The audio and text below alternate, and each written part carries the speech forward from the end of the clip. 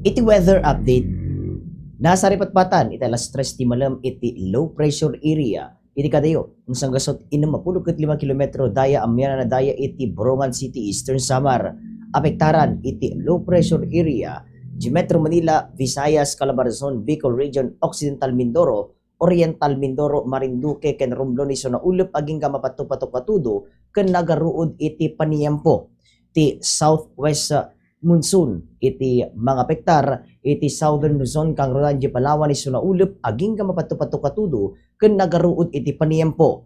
Kabayatan na pektaran met iti localized thunderstorm iti dadu mga paset iti pagilian iso pasaray na kuyom aging mapatupatok-patudo ken nagaruod iti paniyempo.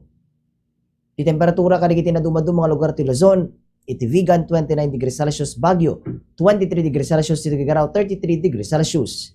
Ti Visayas, Rojas 29 degrees Celsius, Iloilo City, ken Cebu City agpadang 28 degrees Celsius. Dimat Mindanao, Cagayan de Oro, ken Davao City agpadang 28 degrees Celsius, General Santos 27 degrees Celsius. Simingising ti init itatay bigat alas 5:30 lumnok indun madamdama alas 6:29.